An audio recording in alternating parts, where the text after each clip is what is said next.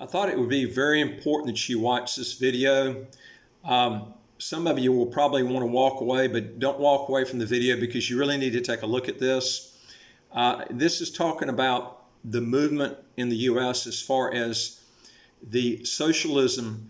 Of course, the U.S. is already in deep socialism now, but this is going to show you how deep in debt the U.S. is going to be. And guess who's going to have to pay for this? You, the taxpayer. The only way you can get around this, future problems and stuff and debt and stuff, is to relinquish. That's the only way you can do it. Foreign overseas exclusion can help you temporarily. Puerto Rican can help you as long as it doesn't become a state of the U.S., which I think it will. But ultimately the thing is you're going to have to divest yourself of future obligations, and the only way you can legally do that is to relinquish your U.S. citizenship. What this talks about is Biden is canceling $5 billion worth of debt per month. Guess who's going to have to pay for that? This is one of the things that these are people that are not earning money. You're the one that's earning the money, but he's canceling the debt on the ones that aren't earning money. They're fiscally irresponsible because they're not paying back the debt.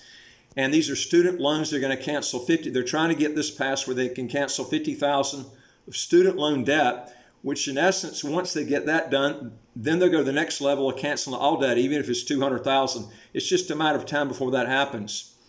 And, right now, the debts they cancel, they're also going to make us tax-free loans to the people they're canceling the debt on. In other words, if someone got, $50,000 in a loan, they cancel that, that's tax-free money. This person didn't even make the money. They were given the money tax-free. And guess who's going to pay for that? Okay, this is the type of stuff that you're going to see in the socialism in the future in the U.S. And I'm going to tell you, no telling what's going to happen in the next 4 years with socialism in the U.S. Like I said, the only way you can legally divest yourself tax-wise is you're going to have to relinquish your U.S. citizenship.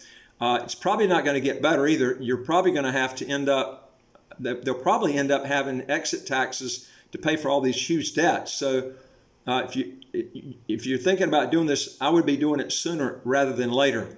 But do watch the whole video. It's going to tell you the movement of where your tax dollars are going to be in the future. You need to watch this. It's very important that you take note of this and go from there.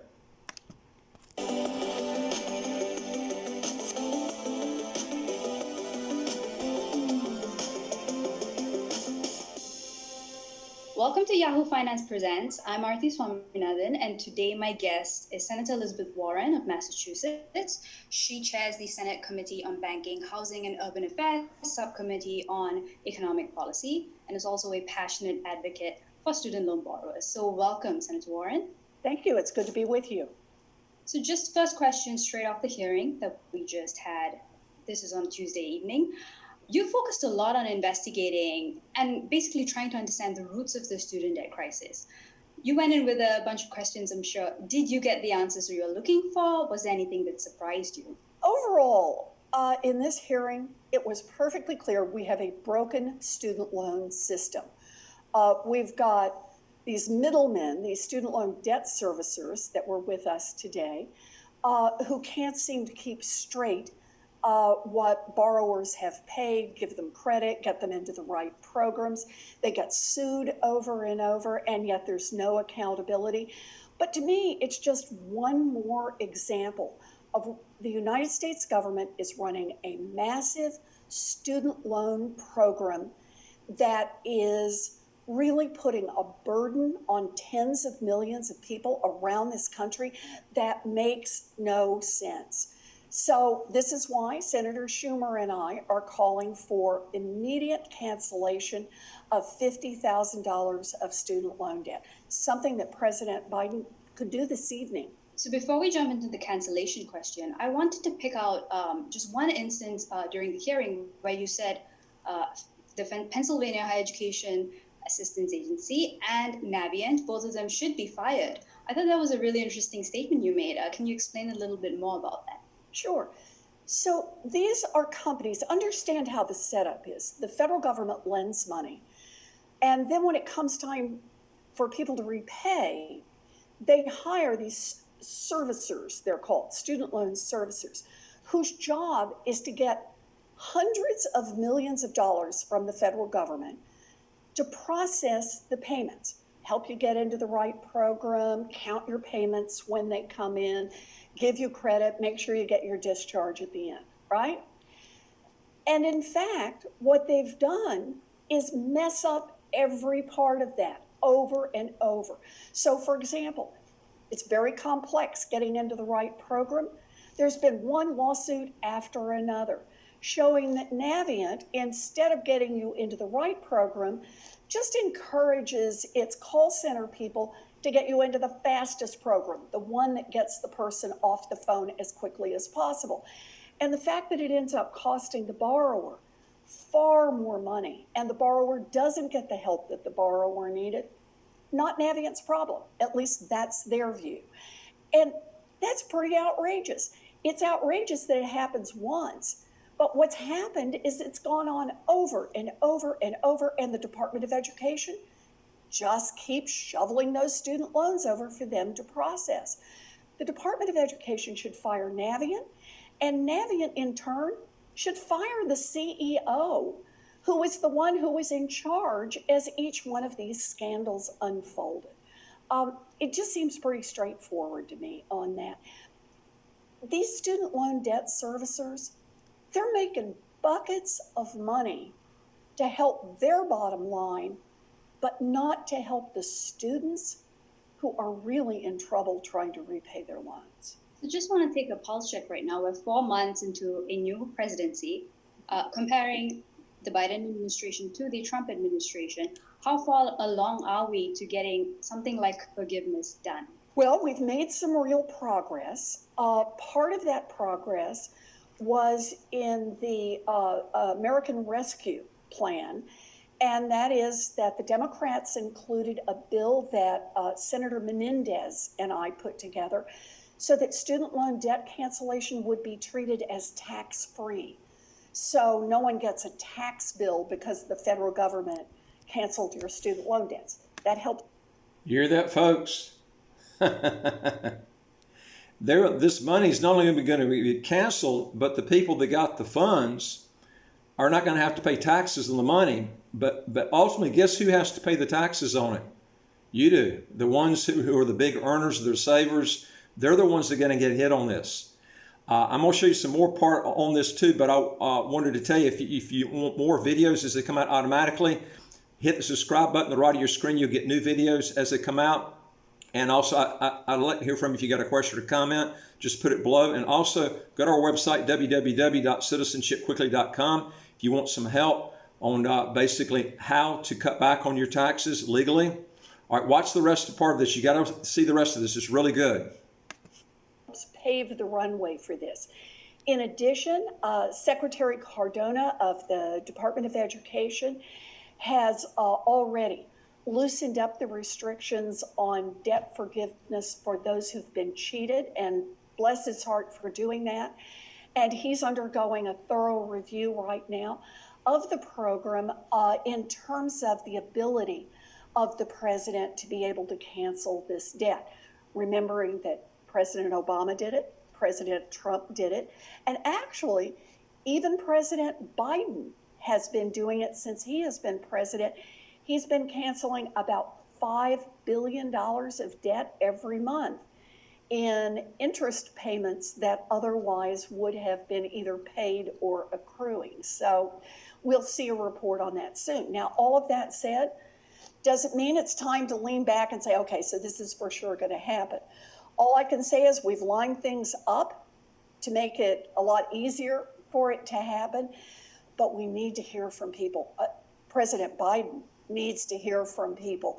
Senator Schumer and I are doing the best we can. Senator Menendez and I are doing the best we can. Senator Smith is on this today. She announced at the hearing that she's on board for cancellation of $50,000 of student loan debt. But we need to put more wind in the sails. We need to hear from more borrowers and their families. We could get this done, and we're right at that moment. I love it. So just one more thing on bankruptcy. something that you have extensive experience in. During this hearing, we heard a little bit about Navient actually supporting loosening the standards for bankruptcy, making student loans eligible for discharge, right? You introduced the bankruptcy bill a couple of months ago, which we covered. Curious on where that stands and just the impact of reform for student loan borrowers. So I absolutely believe that in the same way that when somebody goes into bankruptcy, right now they can cancel credit card debt, they can cancel medical debt, they can cancel excess debt on their car loan, they can cancel debt that exceeds the value of a home they might have, but it's virtually impossible to cancel student loan debt. I think that's fundamentally wrong. I think student loan debt should be canceled in bankruptcy, but bankruptcy is too small. That's not a big enough solution. It should be there for the extreme cases. I run into these cases sometimes, people who have $200,000 of student loan debt because they haven't paid for a long time, and it's interest and penalties that have accumulated. They're never going to get out from underneath it, and they have very, very small incomes. Those are people for whom bankruptcy makes a lot of sense. But bankruptcy doesn't make sense for everyone else. The federal government should not be throwing people into bankruptcy to try to deal with run-of-the-mill student loan debt. It is time to cancel $50,000 in student loan debt. Just one question on the Consumer Financial Protection Bureau, which is their baby. It is now likely to be headed by Rohit Chopra, who's an old hand at student loans. Can you speak to a little bit to the role of the CFPB in terms of this payment resumption that people are going to face in October? Well, you know, I'm very worried because there's a pause right now on student loan payments, but that pause is scheduled to run out at the end of September. And that means families all across this country are all of a sudden going to be hit with payments. The average payment is going to be just around $400. Now, for some families, they're simply not going to be able to pay it. And that's just going to throw that family over a financial cliff. But even for families who can pay it, that's $400 that's going to go into the federal government instead of getting spent in your local community, instead of getting spent at restaurants and retail stores, instead of being spent on back to school expenses in September. We need that money moving through the economy. So this is one of the reasons why canceling $50,000 of student loan debt would be so good for individual families, but also so good for our economy. It would let about 34 million people completely get rid of all their student loan debt, and another 6-7 million would be able to see their student loan debt drop precipitously. And that would free them up to be able to buy cars, to be able to buy homes, to be able to start a family, to be able to start a small business. We can track the data, and even before COVID, student loan debt was holding people back on all of those things and holding back our economy. You put this money in, and particularly because much of this money disproportionately, many of these debtors are people of color. You put this into communities of color. It's going to be a huge boost to our economy. Good for the individual borrowers, good for closing the racial wealth gap, good for the economy overall. Being debt-free is definitely something that is just a boon, right, for many people. So with that, I'm sorry, we have run out of time. Mindful of your time. Thank you so much, Senator Warren. Folks, you're going to see the debt go through the roof. The debt goes through the roof. Your taxes go through the roof. You have to make the move to relinquish. If this doesn't motivate you, nothing will. This is the type of socialism that's going to be going in the U.S. And the only way you can solve your problem is by basically relinquishing. You can solve somewhat of the problems moving to Puerto Rico if it becomes a state of the U.S. Then that will more than likely all those tax benefits will end. You can qualify for the foreign overseas exclusion that you can deduct up to, with current year, around $216,000 with husband and wife filing jointly. and both of them have an income. But ultimately, if you want to get around all tax obligations, you're going to have to relinquish if you're a U.S. citizen. If you're from another country like Canada, Australia, you're going through the same sort of things. They're just different issues. And the government's becoming a lot more bloated. The only way you can solve your issue is to move out of that country. I'm not talking about the U.S., I'm talking about Canada, Australia, other countries that tax based on residency. You have to do it legally. You have to detax yourself. You're going to have to move outside the country long enough and do whatever's needed to where you're not having to pay taxes in that country worldwide. If you want more questions on this, if you go to our website, www.citizenshipquickly.com, hit the top bar that says apply with us, fill out the questions, hit that bottom bar that says send it to us. We'll get back with you. Don't forget to hit that the subscribe button on the right of your screen. You'll get new videos as they come out automatically. And I would like to hear from you. If you got a question or comment, put it below, and I'll look forward to talking to you on the next video. Take care.